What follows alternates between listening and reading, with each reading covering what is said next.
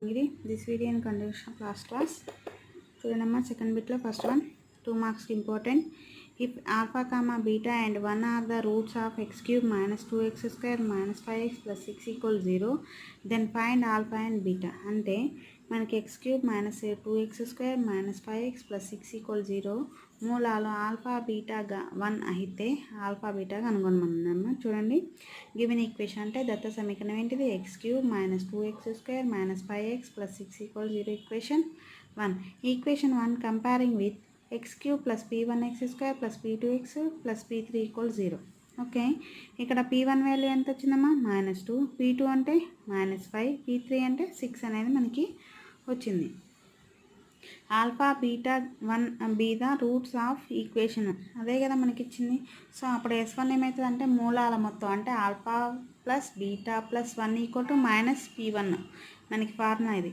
So alpha plus beta plus 1 minus of p1 అంటే -2 minus of minus plus 2 అవుతుంది. ఇటున్న 1 ఇటు వస్తే ఏమైతే -1 అంటే ఆల్ఫా ప్లస్ బీటా వాల్యూ ఎంత వచ్చిందమ్మా మనకి 1.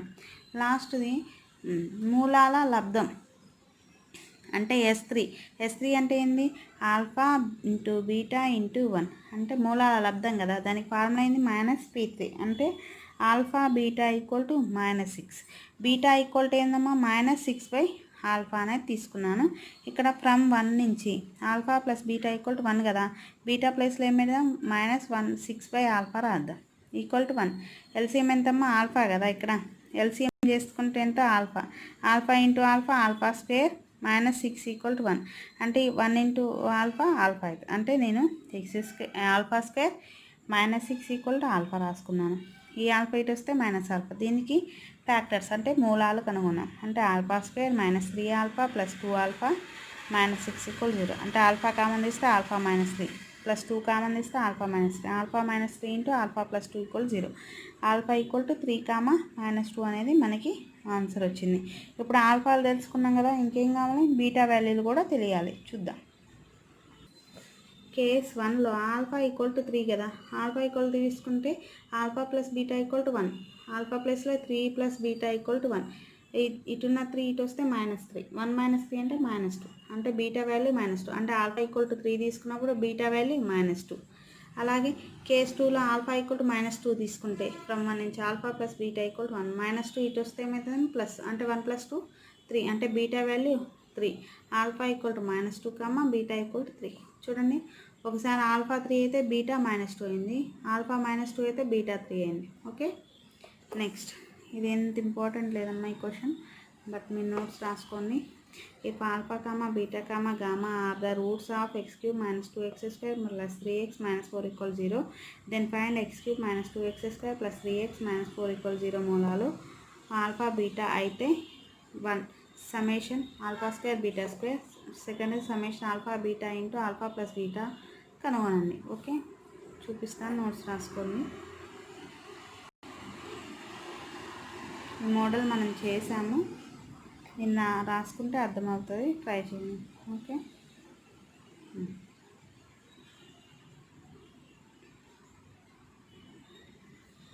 లాస్ట్ చూడండి, థర్డ్ క్వశ్చన్ 7 మార్క్స్కి important. If alpha comma beta comma gamma are the roots of x cube plus px square plus qx plus r equal 0, then find x cube, then find ఏంటి? ఫస్ట్ది summation 1 alpha square beta square, సెకండ్ది alpha beta square plus gamma square by beta gamma plus gamma square plus alpha square by gamma alpha plus alpha square plus beta square by alpha beta. థర్డ్ది beta plus gamma -3 alpha into gamma plus alpha -3 beta into alpha plus beta into -3 gamma. ఫోర్త్ది summation alpha cube beta cube. Okay, ఈ 7 marks కమ్మా. చూడండి, given equation అంటే దత్త సమీకరణం ఏంటిది? X cube plus px square plus qx plus r equal 0 equation 1. Alpha beta gamma be the roots of equation 1. అప్పుడు S1 అంటే ఏందమ్మా? మూలాల మొత్తం అంటే ఏంది? Alpha plus beta plus gamma value ఏంది? -p. S2 అంటే ఏంది? మూలాల రెండు మూలాల లబ్ధం యొక్క మొత్తం అంటే alpha beta plus beta gamma plus gamma alpha equal to q. మూడోది S3 అంటే ఏంది, మూలాల లబ్దం అంటే alpha beta gamma equal to minus r అనేది మనకి ఈ ఈ యొక్క ఈక్వేషన్ నుంచి మనం తీసుకున్నాం. ఓకే, సో ఫస్ట్ ఏం కనుక్కున్నా, సమేషన్ 1/α² β² కనుక్కోమన్నాడు. అంటే దట్ ఈజ్ ఈక్వల్ టు 1/α² β² అంటే సమేషన్ కాబట్టి 1/α² β² ప్లస్ 1/β² γ² ప్లస్ 1/γ² α². ఎల్సిఎం ఏమవుతుందమ్మా, α² β² γ² అవుతుంది. అప్పుడు ఆల్ఫా β² పోతే ఇంకా దేంతో గుణించాలి, γ²తో, ప్లస్ ఇక్కడ β² γ² పోతే α² ప్లస్ ఈ రెండిట్లో ప్లస్ β² అంటే α² ప్లస్ β² ప్లస్ γ² బై α² β² γ² అనేది మనకు వచ్చింది.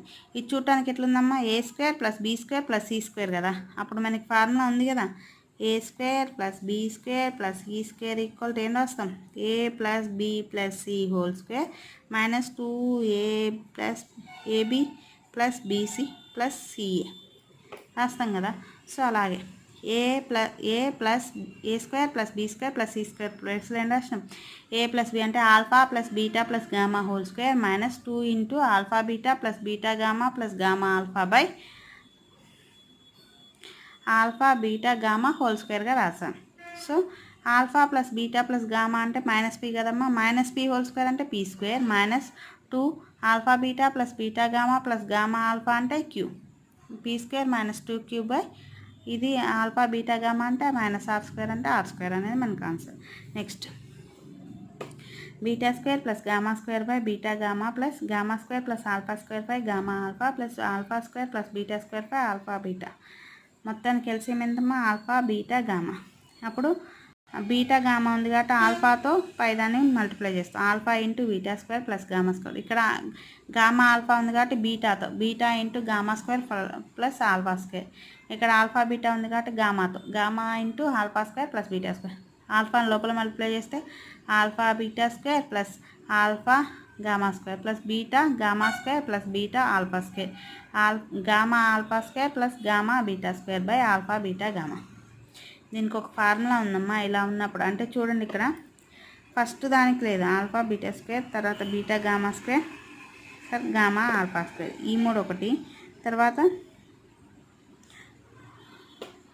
అంటే ఇక్కడ రాస్తాను చూడండి, alpha β² plus beta γ² plus gamma α², ఈ రెండు పదాలకి ఫస్ట్. తర్వాత α² beta plus β² gamma plus γ² alpha అనేది ఇది ఒకటి.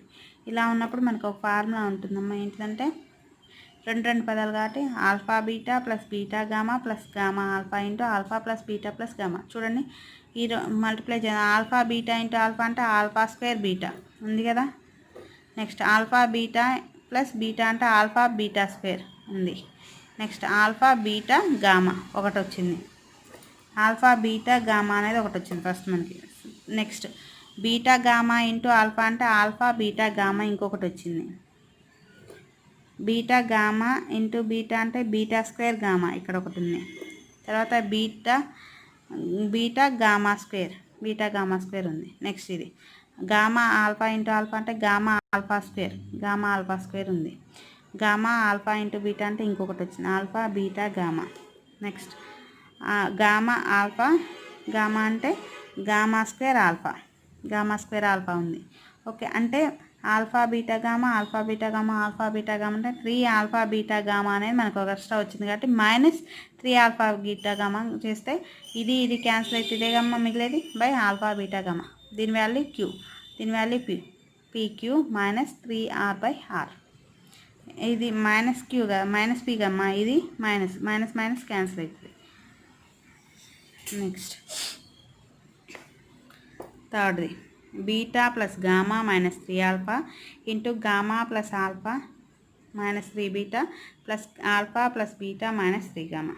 అంటే ఆల్ఫా ప్లస్ నేను చూడండి ఇక్కడ alpha plus beta plus gamma రాస్తా, ఇక్కడ ఒకటి యాడ్ చేస్తున్నా, అంటే alpha plus beta plus gamma minus 4 alpha minus 4 alpha plus alpha అంటే మైనస్ 3 ఆల్ఫానే కదా. సో ఇక్కడ కూడా బీటాని యాడ్ చేస్తాను, alpha plus beta plus gamma minus 4 beta.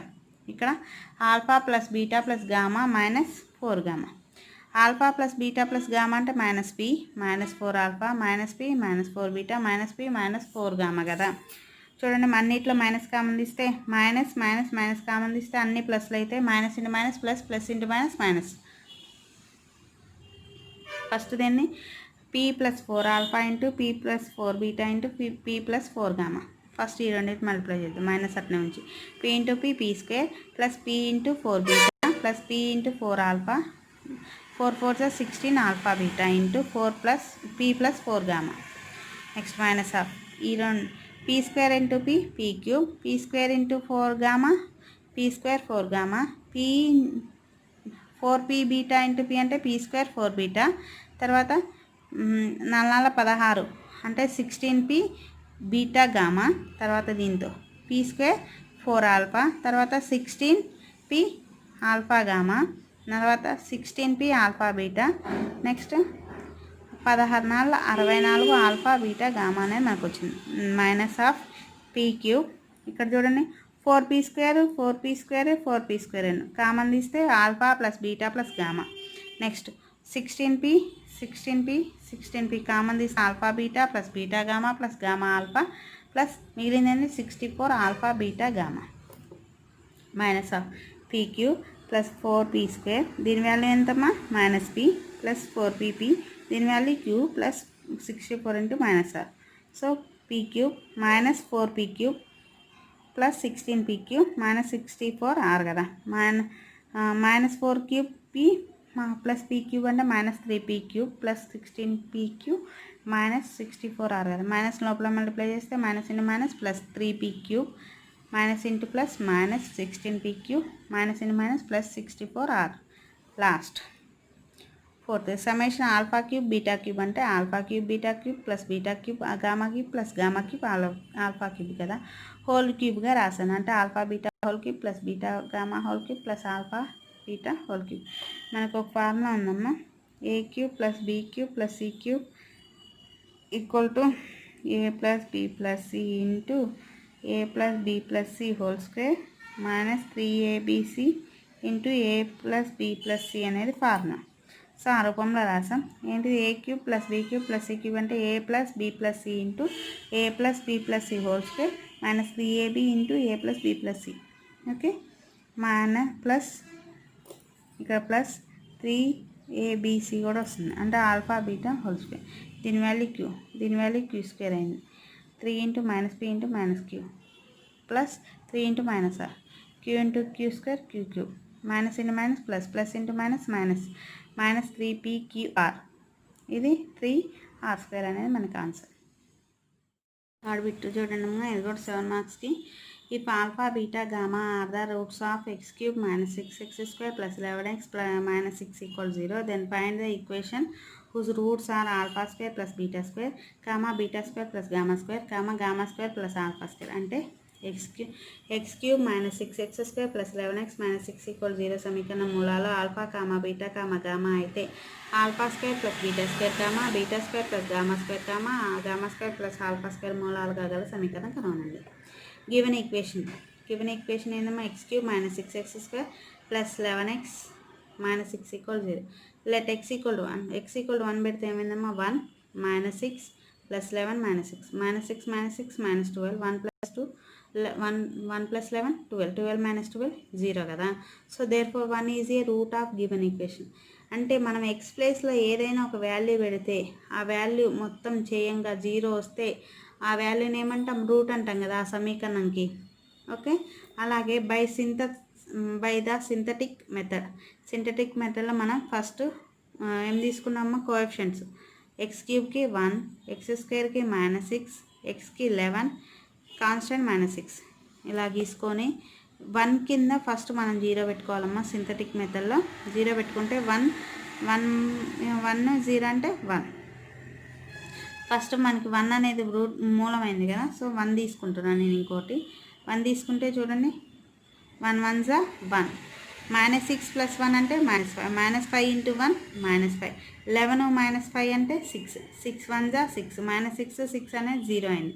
అంటే సింథటిక్ మెథడ్లో అంటే 1 అనేది మనకి ఇలా తెలుసుకోవచ్చు మూలం అని. ఇలా కాకుండా సింథటిక్ మెథడ్లో ఇలా తీసుకున్నాం అన్నాం. భాగాహార పద్ధతి, సింథటిక్ భాగాహార పద్ధతి అంటాం మనం దీన్ని. సో గుణకాలు తీసుకొని ఫస్ట్ గుణకం కింద 0 పెట్టుకొని 1 + 0 అంటే 1, 1 × 1 1, -6 1 అంటే -5, -5 × 1 -5, 11 - 5 అంటే 6, 6 1 = 6. ఇది 0 అంటే చివరి కాన్స్టాంట్ పదం అనేది 0 అయ్యేలాగా మనం ఇక్కడ వాల్యూని తీసుకోవాలి.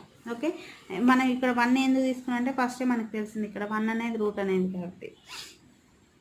ఇక్కడ మిగిలినది ఏదైతే ఉందో దాన్ని ఇది కాన్స్టెంట్ అంటే స్థిర పదం, తర్వాత ఎక్స్, ఇది x² అంటే x² - 5x + 6 = 0గా రాసుకుంటాం. అంటే ఎక్స్ దీనికి మళ్ళీ ఫ్యాక్టర్స్ కనుక్కోవాలి. ఏంటిది x² - 3x - 2x + 6 = 0. అంటే x కామన్ తీస్తే x - 3, -2 కామన్ తీస్తే x - 3 = 0. అంటే x - 3 × x - 2 = 0. అంటే x వాల్యూస్ 2 3 వచ్చింది. ఆల్రెడీ మనకి ఒకటి x = 1 తీసుకున్నాం. అంటే దేర్ఫోర్ x = 1 కాబట్టి ఆల్ఫా = 1, బీటా = 2, గామా = 3 అని తీసుకున్నాం. మనం ఇంకా ఈ మూడు మూలాలు ఉన్న సమీకరణం కదా కనుక్కోమని, ఫస్ట్ అవి తీసుకుందాం. α² + β² అంటే ఆల్ఫా అంటే 1² + β² అంటే 2². 1² ప్లస్ అంటే 1 + 2² అంటే 4, 1 + 4 5. β² + γ² అంటే 2² + 3² అంటే 4 + 9 అంటే 13. γ² + α² అంటే 3² + 1² అంటే 9 + 1 అంటే 10 అనేది మనకు వచ్చాయి. అంటే ఈ మూలాలు ఒకటి ఎంత వచ్చింది, 5, 13, 10 అవే కదా వచ్చింది ఆన్సర్లు. ఇప్పుడు సమేషన్ చేద్దాం. PQR కావాలి కదా మనకి, ఎందుకు ఫార్ములా ఇదేగా, రిక్వైర్డ్ పాలినామియల్ ఈక్వేషన్ ఏంటిది, x³ - px² + qx - r = 0 కదా. PQR Pని ఎలా రాస్తాం, సమేషన్ α² + β² అంటే ఈ మూడింటిని కూడతాం. α² + β² + β² + γ² + γ² α² రాస్తాం. అంటే దీని వాల్యూ ఎంత వచ్చింది, 5 ప్లస్ దీని వాల్యూ 13 ప్లస్ దీని వాల్యూ 10. అంటే 5 + 13 18, 18 + 10 28 అనేది వచ్చింది. పీ వాల్యూ ఎంత, 28 వచ్చింది. క్యూ అంటే ఇది సಮೇషన్ అంటే రెండు మూలాల లబ్ధం మొత్తం, అంటే ఇది ఇంటూ ఇది ప్లస్ ఇది ఇంటూ ఇది ప్లస్ ఇది ఇంటూ ఇది రాస్తాం. అంటే సమేషన్ α² + β² ఇంటూ β² + γ² ఎలా రాస్తాం, α² + β² into β² + γ² plus β² + γ² into γ² + α² plus γ² + α² into α² + β²గా రాస్తాం. దీని వాల్యూ 5 × 13, 13 × 10 ప్లస్ 10 × 5, 13 5 = 65, 13 × 10 130, 10 × 5 50, మొత్తం యాడ్ చేస్తే 245. ఆర్ వాల్యూ అంటే మూలాల లబ్ధం, అంటే α² + β² ఇంటూ β² + γ² ఇంటూ γ² ఇంటూ α². దీని వాల్యూ 5 × 13 × 10, 13 5 = 65 × 10 అంటే 650. సో రిక్వైర్డ్ పాలినామియల్ ఈక్వేషన్ ఏందమ్మా, x³ - px² + qx - r = 0. x³ p అంటే ఎంత వచ్చిందమ్మా, 28 అంటే -28x² + q అంటే 245x మైనస్ r అంటే 650 = 0. ఇదే మనకి కావాల్సిన ఈక్వేషన్. నెక్స్ట్ ఇది మీరు ట్రై చేయండి అమ్మా, సేమ్ ఫస్ట్ మోడల్ లాగే. ఏంటంటే if alpha comma beta comma gamma are the roots of x³ - 7x + 6 = 0, then find the equation whose roots are alpha - beta whole square, beta - gamma whole square, gamma - alpha square. ఇలా same ఇందాకట్లాగే నేను మూలాల వరకు చూపిస్తాను. అంటే x value already 1 అంటే alpha = 1, next వచ్చేసి alpha = 2, gamma = -3 వచ్చింది.